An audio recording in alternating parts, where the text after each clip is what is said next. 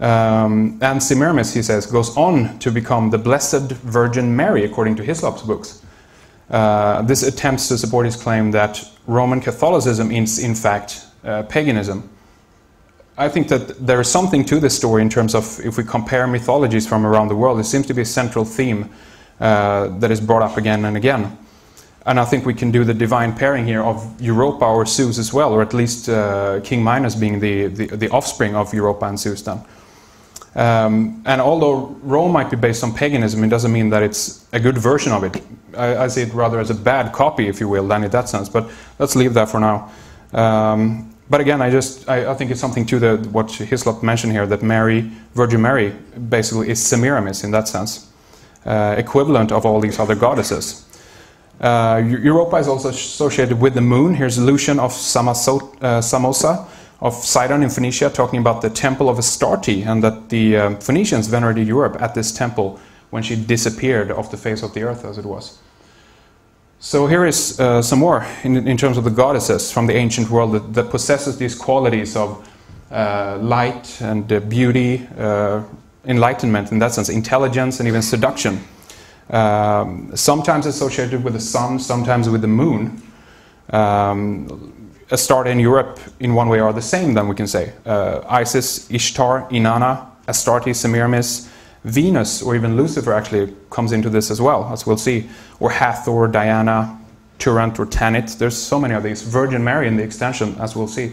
But just take a look at these symbols here, how similar they are. This is the Minoan statue. This Tanit, a Phoenician moon goddess. And this is, you have the pyramid and the radiance of the head, or the eyes right there in one way, and the dividing line. Very similar to the all-seeing eye. Interesting. And just this is actually the symbol as well for the Apis bull, or Serapis symbol. So in one way it could be female, and one way it could be male as well.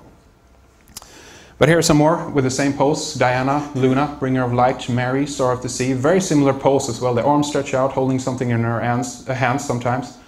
Radiance of the head, with the sun behind her, etc. You get the idea.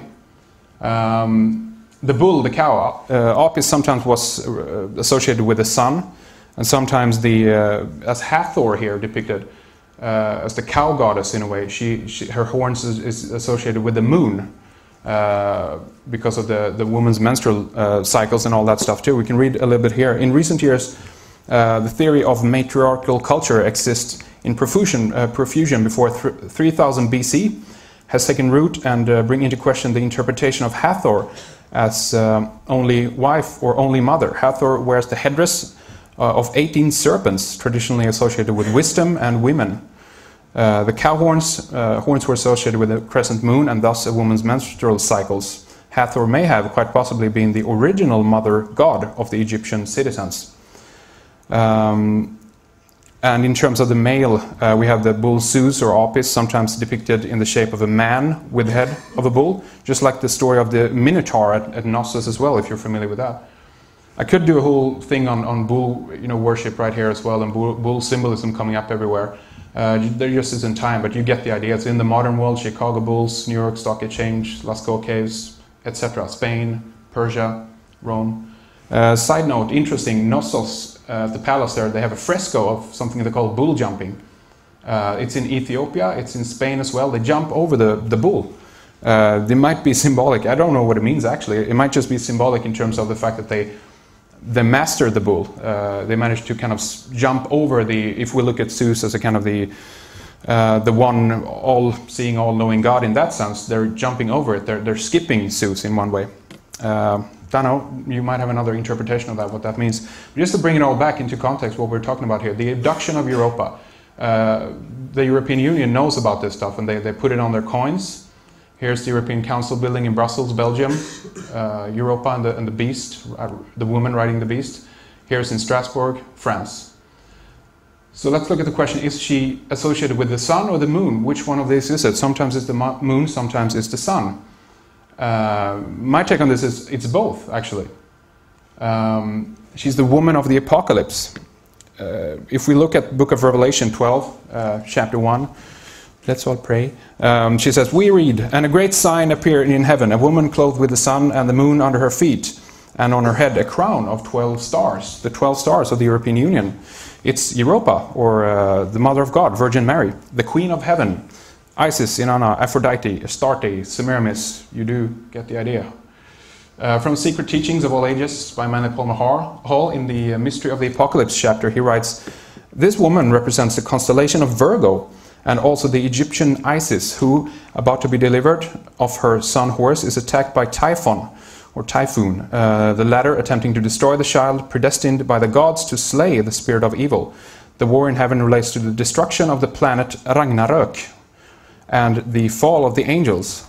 The Virgin can be interpreted to signify the secret doctrine itself, and her son, the initiate born out of the womb of the mysteries." Here's some more images for you in terms of the woman of the apocalypse, clothed in the sun, standing on the moon. Some more here for you, 12 with the 12 stars, obviously. Indiana, interesting flag there, by the way, the torch of liberty in that sense. Diana, the moon goddess, obviously. So we're talking about the Queen of Heaven here, Mary, Star of the Sea, Stella Maris. This is Mariology, known as Mariology. Mare, or Mar, simply means ocean or sea. It connects with that idea again that the sea is the heavens is the sea. This is a statue, by the way, in Malta, connected with the Vatican through the Knights of Malta, obviously. She has the 12 stars, as I said, and the 5-pointed star, or Venus, here on her breast. There's another one of these Stella Maris on a monastery in Haifa, Israel, by the way, as well. So we'll return to that 5-pointed star shortly, but for now then, the EU flag, let's look at this. 12 signs popping up everywhere. Signs of the zodiac, hours of the day, months in a year, you get the idea, 12 tribes of Israel, etc. The flag was designed by Orsini Heitz, adopted by the Council of Europe on December 8th, 1955. It was 15 members at that time, so it's nothing to do with the number of members. December 8th also is the Feast of the Immaculate Conception of Mary. Classical pictures of Mary has blue background and 12 stars. Heitz revealed to a French magazine that he thought of 12 stars in a circle on a blue background as it represents the traditional iconography of the image of the Immaculate Conception. As a devoted devotee of the Virgin Mary, he noticed the words of the Apocalypse from Revelation 12:1 that we read before as a source of inspiration. There's a number of other people who have realized this as well, that we don't have time to talk about. The Imperium Marianum, Mary's Imperial Kingdom, that's what they're in one way attributing the flag to in that sense here. And just on a funny side note, the Imperial Crown of the Holy Roman Empire has 144 stones decorating it, 12 times 12, 144, don't know if there's a connection. Let's talk about Europa again then. Here's another statue of her outside the... where's this? Espace Leopold. This is in Brussels, actually. It's one of the parliament buildings. This is Europe, the goddess here again then, holding the E. You can interpret this in many different ways. You can talk about it in terms of the epsilon, the 5th letter of the alphabet, in the Greek alphabet, epsilon, E. It's 5, or as they say in French, femme, for female. We even say femme in Sweden for 5, F-E-M.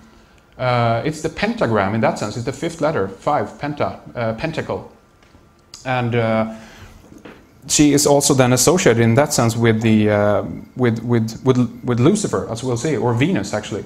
How does that work? Well, it works like this. Venus, don't know if you can see that properly.